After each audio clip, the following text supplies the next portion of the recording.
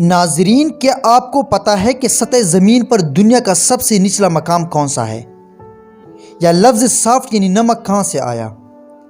یا بحر مردار کو بحر مردار کیوں کہا جاتا ہے؟ اگر آپ نے ابھی تک میرا چینل سبسکرائب نہیں کیا تو سبسکرائب پر کلک کر کے سبسکرائب کریں اور گھنٹی کے نشان پر کلک کر کے آل پریس کریں تاکہ ہر نئی ویڈیو کا اپڈیٹ آپ کو بذریعہ نوٹیفیکیشن مل سکیں۔ یہ اردن، فلسطین اور اسرائیل کے درمیان واقع ایک سمندر ہے اور یہ ایسا مقام ہے کہ جہاں بارش اور آس پاس سے زمین کے اندر اور اوپر سے پانی نیچے کی طرف آتا ہے۔ یہاں پانی آتا تو ہے لیکن یہاں سے کہیں جاتا نہیں۔ مطلب یہ ہے کہ یہ چاروں طرف سے ایک طرح سے بند ہے اور اس پانی کا مقدر صرف بخارات بن کر اڑنا ہی ہے۔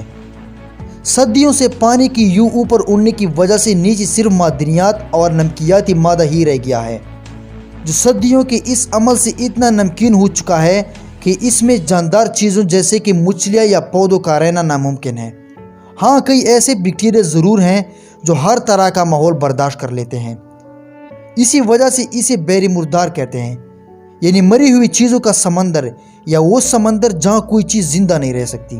یہ سطح سمندر سے 430.5 میٹر نیچے ہے اور پانی میں نمک کی کثافت کے حوالے سے دنیا کا سب سے گہرا مقام بھی ہے، یعنی 304 میٹر گہرا۔ یہاں پانی میں نمکیت یا شوریت 34.2% ہے اور یہاں چیز اسی دنیا میں نمکین پانی کا سب سے بڑا ذخیرہ بنا دی ہے۔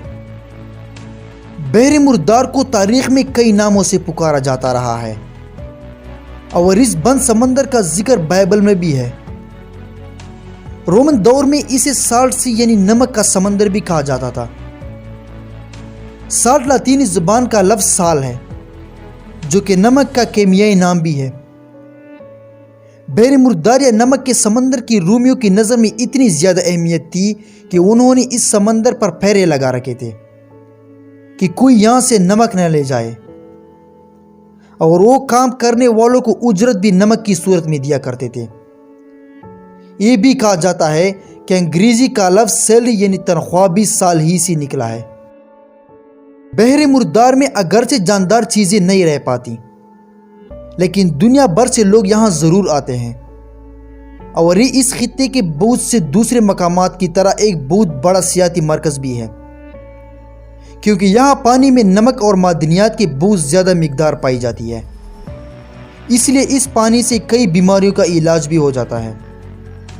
لوگ اس کے پانی میں نہاتے ہیں، اس کے مٹی جسم پر مل کر ساحل پر لیٹتے ہیں، جس کے متعلق کہا جاتا ہے کہ وہ جسموں کو صحت اور تازگی بخشتی ہے۔